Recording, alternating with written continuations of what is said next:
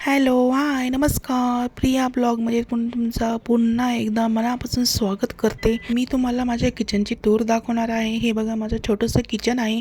खूप छान असं म्हणजे खूप वस्तू अशा दडलेल्या आहे. खूप छान छान अशा छोट्या वस्तू अशा माझ्या दडलेल्या आहे या किचनमध्ये. आणि ही मांडणी दिसती ना, ही मांडणी मला माझ्या सगळं संसार माझ्या लग्नाचा आहे. आमचं अरेंज मॅरेज झालेलं आहे आणि हे सगळं मला लग्नात भेटलेलं आहे.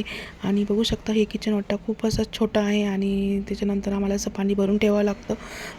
कारण आमचं ग्रामीण भाग असल्यामुळे आम्हाला असं पाणी भरून ठेवावं लागतं आणि उन्हाळ्यात खूप त्रास होतो पाण्याचा. आणि त्याच्यानंतर असं पाणी भरून ठेवावं लागतं.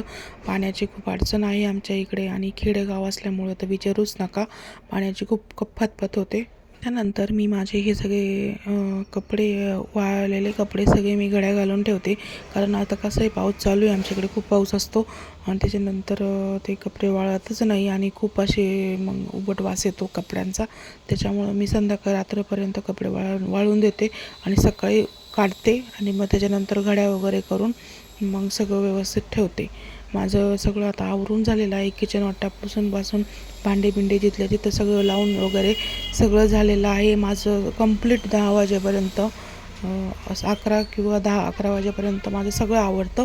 आणि त्याच्यानंतर मग मी माझं सगळं घरातलं मग घरात काही जे असं आवरते सावरते, कर हे कर.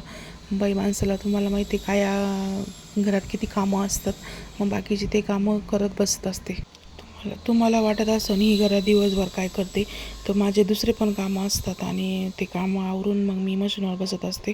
आणि तुम्ही म्हणता मी मशीन पण काम करते, मी सगळं करते. मेहंदी काढते, मशीन काम करते. माझं घरी तिकडं आमच्या गावाकडे पार्लर आहे. सध्या इकडं नाही करत आहे काहीच. आणि त्याच्यानंतर मग इथं आयब्रो वगैरे कटिंग करायला येतात मुली.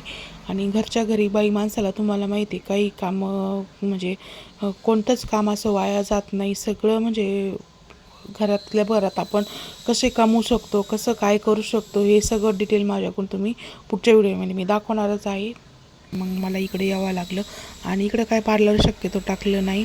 आणि त्याच्यानंतर मग काय असंच आमचं मग इथं बायांना वगैरे सांगून मग घरात फक्त आयब्रो वगैरे कटिंग करायला येतात माझ्याकडे. आणि त्याच्यानंतर मग आता मी संध्याकाळचा स्वयंपाक करायला घेतला होता. आणि संध्याकाळी मी फक्त डोसे बनवले होते, कारण माझं इडलीचं मी पीठ उरलं होतं, त्याच्यापासून मी संध्याकाळी डोसे बनवले होते. आणि अंशू म्हणलं आणि श्रेयाला खूप आवडतात असे डोसे, म्हणून म्हणलं संध्याकाळी आता डोसेच बनवूया. संध्याकाळचा हलका चहा ठेवायचा, कारण कसं आहे मुलांना पण आवडतं आणि टेस्टी पण लागतो. हा डोसा मला कधीच जमला नाही आणि कधी आला पण नव्हता. खूप छान असा डोसा तयार झालेला आहे, बघू शकता. जसा हॉटेलमध्ये बनवतो तसा, पण थोडासा तुटला येतो माझ्याकडून. आणि चला भेटूया अशाच नवीन नवीन व्हिडिओसाठी. माझ्या चॅनलला नवीन असाल तर सबस्क्राईब करायला विसरू नका. चला भेटूया पुढच्या व्हिडिओमध्ये. तोपर्यंत बाय बाय.